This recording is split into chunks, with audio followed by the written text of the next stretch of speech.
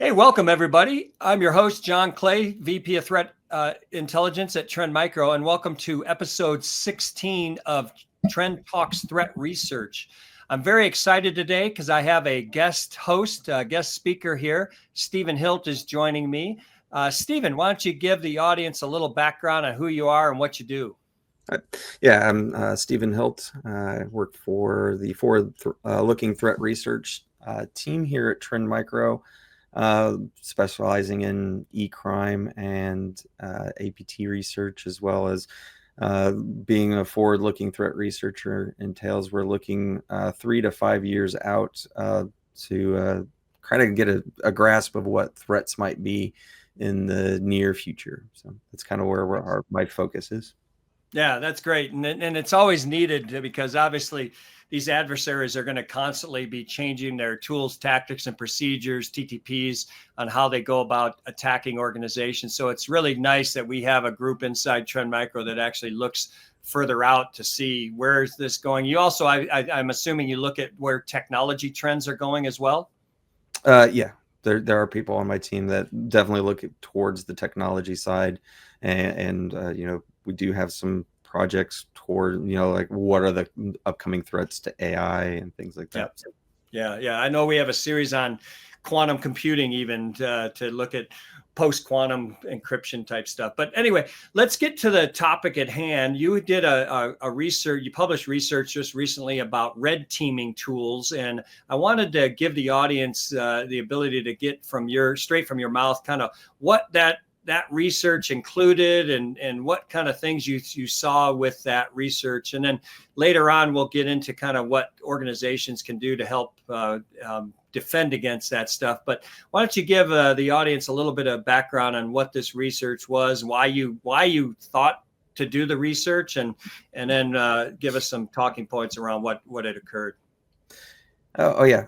So the idea came about many years ago, actually, while I was not part of Trend, to kind of be better at red teaming tools. From a little bit of a background, I did red teaming and pen testing before joining Trend to be more of a defensive type person. I mentioned, and I have a section in the Tribe of Hackers red team book as well. So kind of a little bit of background. So I'm not just somebody speaking without experience here. So one of the most alarming trends with these tools is when I started at Trend Micro specifically, groups would write their own C2 infrastructure. So every group had their own. With the prevalence of red teaming tools out there that have gotten a lot better over the years and refined and things like that, criminals are abandoning writing their own and using publicly available tools that are on GitHub. As an example, there's other sites that you can get things from as well. But and what the alarming trend is that it's very hard to stay ahead of where they're moving, and you're always playing catch up. So the idea of this research was to come up with a better methodology for triaging red teaming tools and try to get ahead of where the prediction of what the next tools they would be using, so that you could identify them and potentially block them before they became problematic. Interesting. So, who would the audience be for that would be most likely to want to read this type of research? Definitely SOC analysts, people who are in the day in, day out trying to figure out what tools are the next thing that might become a problem inside their endpoints, networks, things like that. Definitely help them be able to triage, plus other people in the industry to help. It's a methodology for even us to be able to write signatures and things like that to help block them. So even if you're not using our products, you can take that knowledge and learning that we did and try to apply it yourself.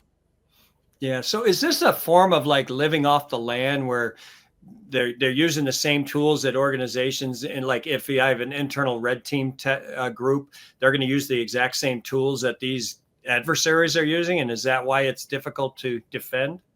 It's difficult to defend for one reason, which is it's rapidly evolving, and there's always new tools and new things coming out, and uh, there is an entire industry trying to avoid AV detection and other forms of detection. So that helps the On red the team. good side, right? These are Yes, yes, legitimate yep, legitimate folks that are yep, trying to figure out how I can get around the security yeah, defenses, because yeah, that's their job too, right? And that's to get correct. around it, right? So, and Get then around. the adversaries are just taking advantage of that and using these same tools, right? Correct. And that's what they should be doing, is pointing flaws out and making sure that uh, the industry is adapting, because if they're looking into it, criminals are also looking into that as well.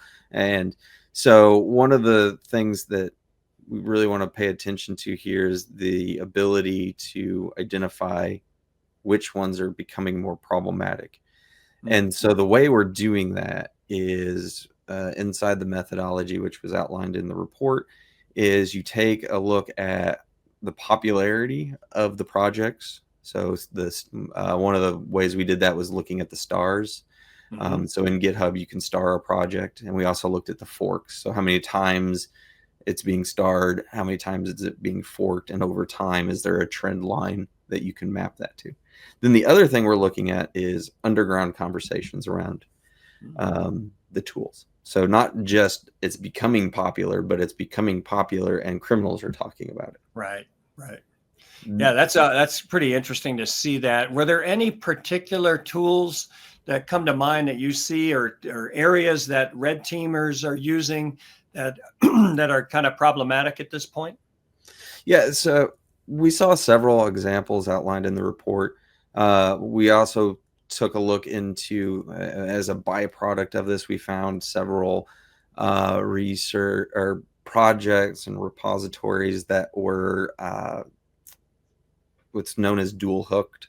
So it was an information stealer that then that was actually dual hooked. So not only was the person who was running the info stealer getting the information, but it's also cloning it to the person who dual hooked it. And so a lot of these times you can look through it's very dangerous, because you could be an authorized red team using these tools, but not realize you may be sending information to somebody else. So we have to stay very vigilant and constantly looking for, even this is technically would be a supply chain vulnerability. Right, right.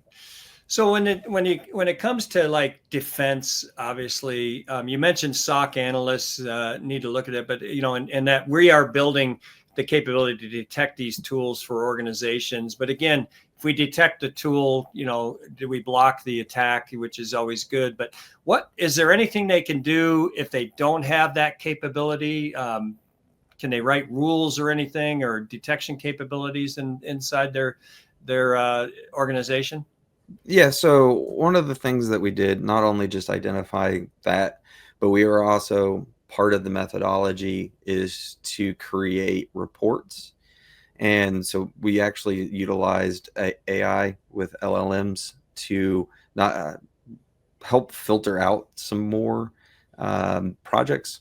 So to start with, we looked at a snapshot of 4 different categories in our report, and we had several thousand results, and we dwindled those down to 72 projects that we should be paying attention to.